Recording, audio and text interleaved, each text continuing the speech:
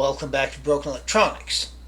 My name's Lee, and thank you so much for joining me today.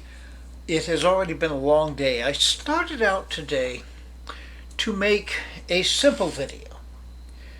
The idea was to take the Test 5.1 Mac Pro and install Mojave. Now, there wasn't a Mojave install. However, I had discovered when trying to recover from the 13.5.1 problem, it wasn't behaving itself very well. So I decided to get that drive out of there. It's in one of the valuable built-in SATA ports. There are 4 SATA bays in there. There is, however, an extra one. I have used that to good effect on my 2 main Mac Pros. There are 2 optical drive bays. On most Mac Pros, there's only 1 optical drive.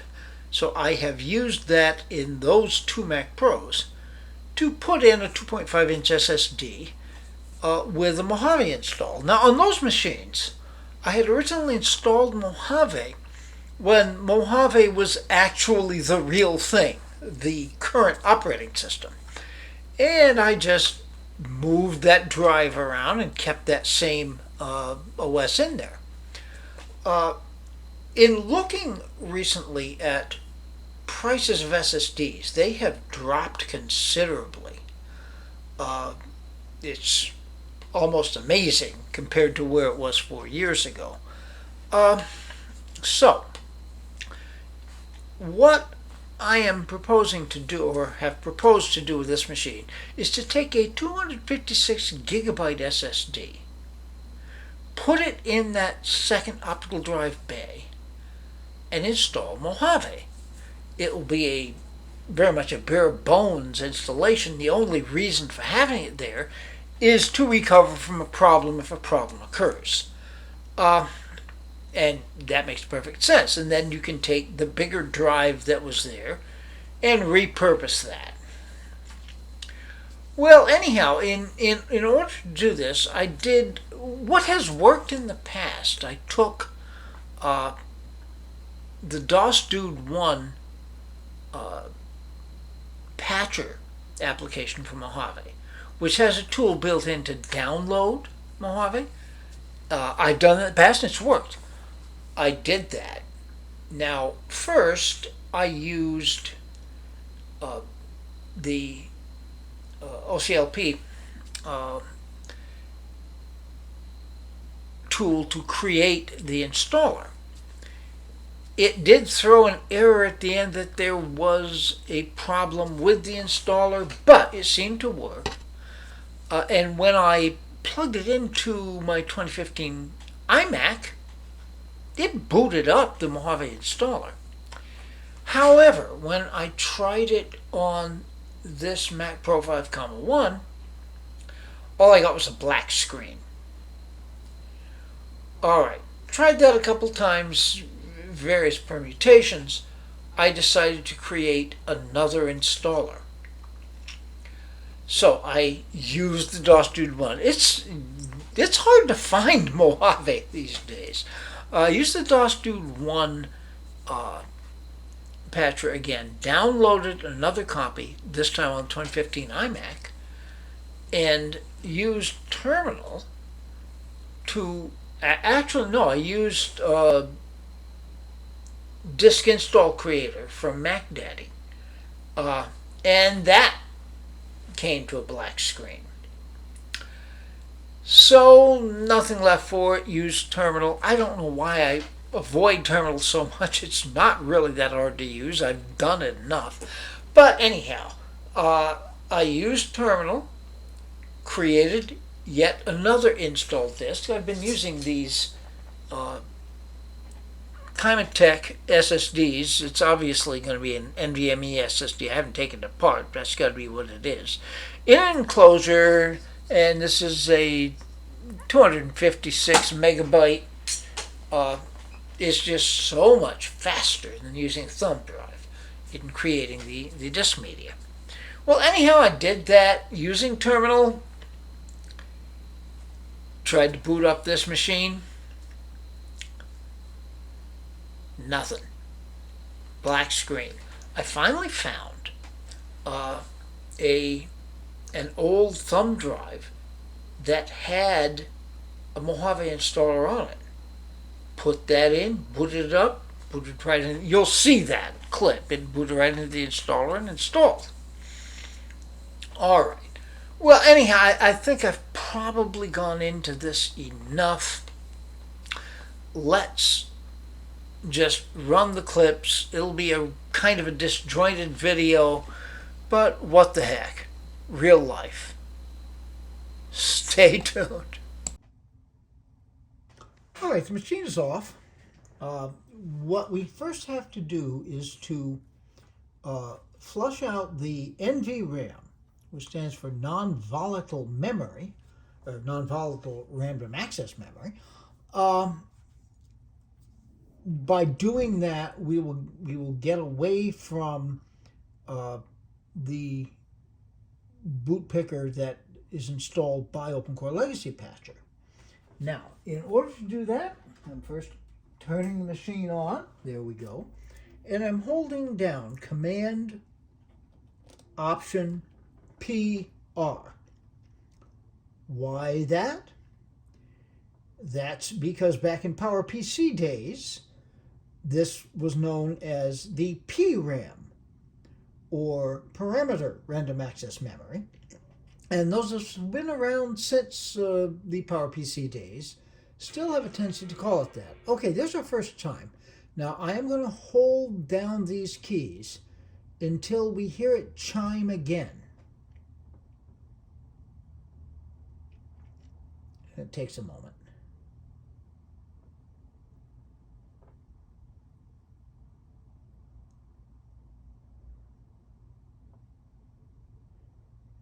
I hope you're enjoying this exciting video.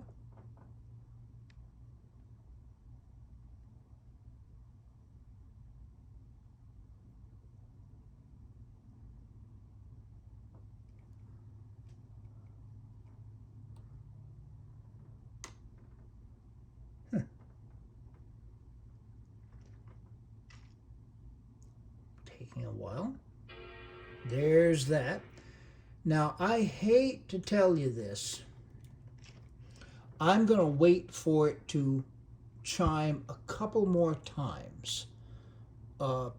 Just because NVRAM can be finicky about letting go. I won't make you wait through that. Stay tuned. All right, so I held down Command Option PR for the initial chime +3, and it did take a while. I think it has to count up the RAM every time you do that. All right, I then released Command PR, holding down just Option, and we see our various options here. There's the EFI boot. That would get us to back into OpenCore Legacy Patcher. Here is the SPSSD, that's where Ventura lives. If we selected that, it wouldn't work. This here, Plextor Mojave, is the existing Mojave installation. What we're going to choose, of course, is install macOS Mojave. All right, now, this is USB 2, of course, because you have to use one of the built-in USB ports. So it's going to take a while to boot up. So again, I shall spare you. I shall wait for you. Stay tuned. Well, here we are in the Mojave installer. Now, it's been an adventure getting here. The installer that I was going to use, I'm going to go into disk utility here, wouldn't actually boot. It started booting, as you saw, and arrived at a black screen. All right.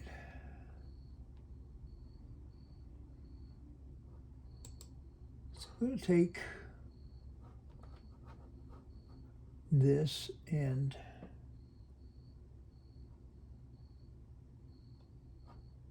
I'm having trouble seeing this and erase it. It's already erased. We will just simply call it Mojave and APFS sounds good. Anyhow, it gave me a black screen and no display. I tried creating another one. Black screen, no display.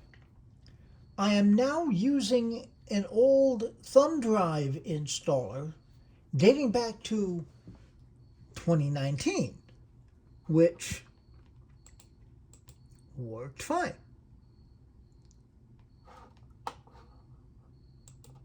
Okay, we can now quit disk utility.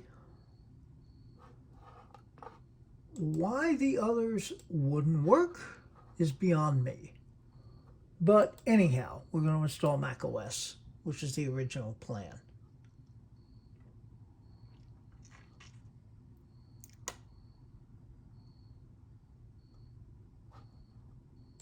Any day now.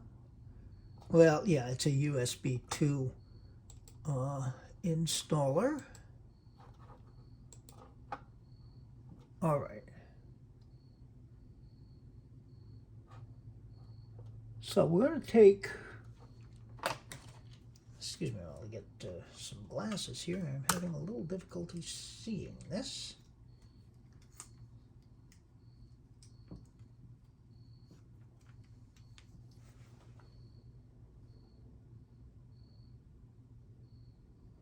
Okay, this is the one we just did. I just wanted to ensure it is the 256 gigabyte drive. Now, this is going to be pretty boring. And I say that because it's just going to be your basic vanilla install of Mojave. So, fundamentally, I guess we'll probably see you at what we hope is the new Mojave desktop. Stay tuned. Well, I just don't seem to be able to get it to focus, but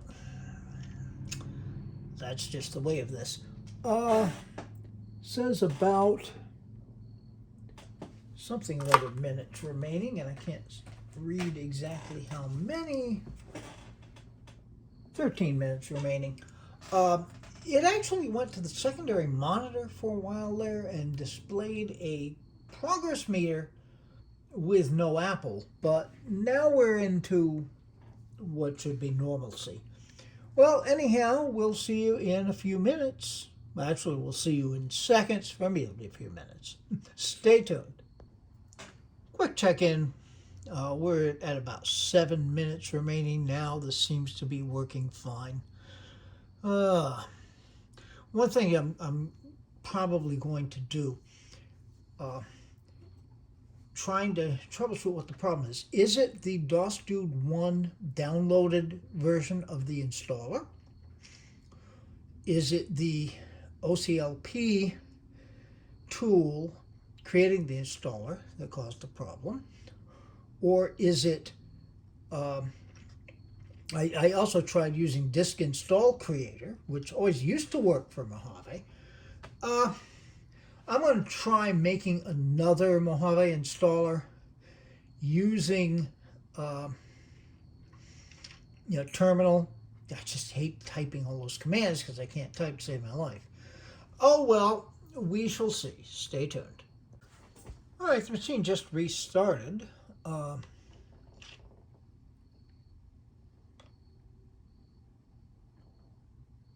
Both monitors have gone black now.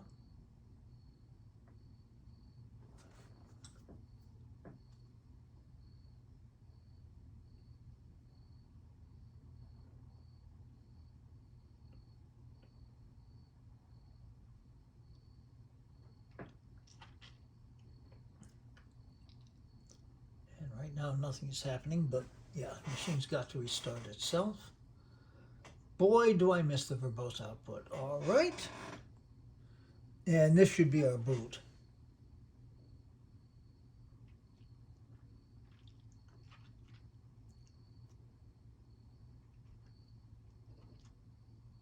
maybe.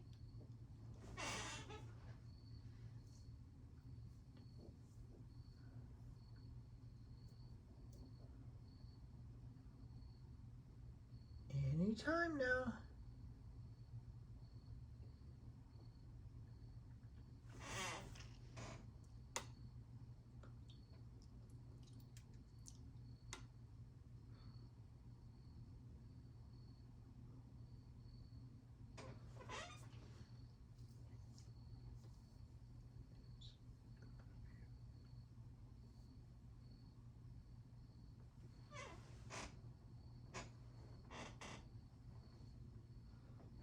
Because I know at this point, if I end the clip, it will immediately boot up. Okay, here we go.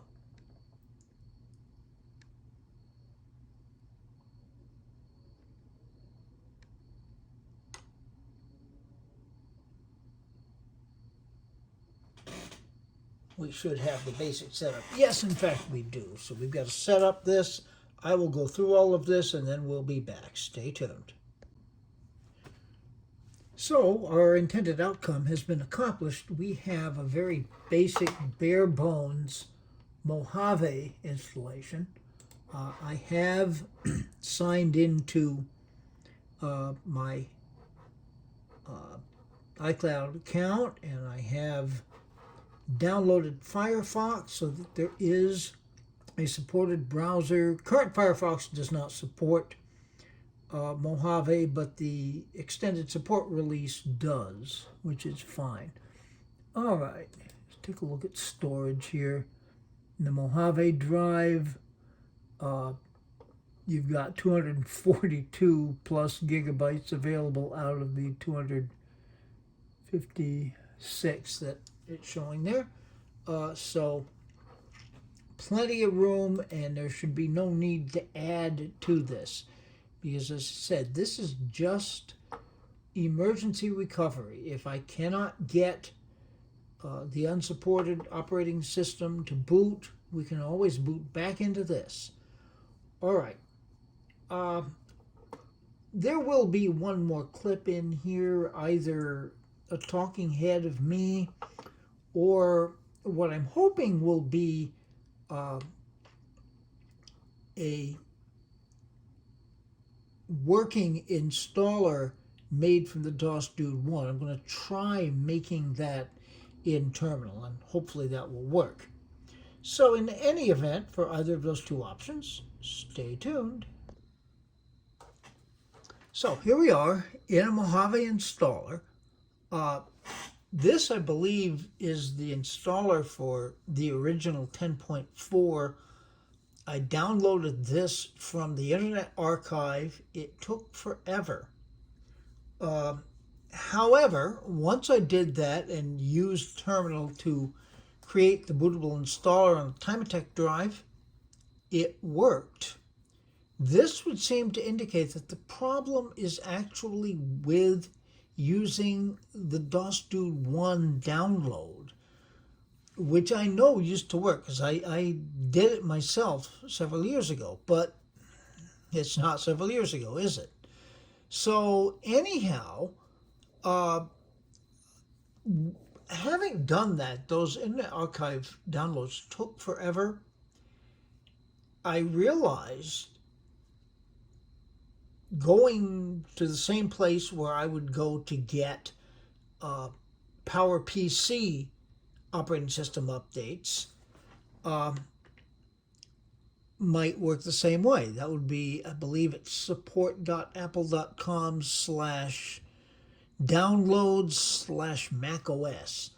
And in fact, yes, you can go there, download the original 10.4 installer, and download the 10.14 installer.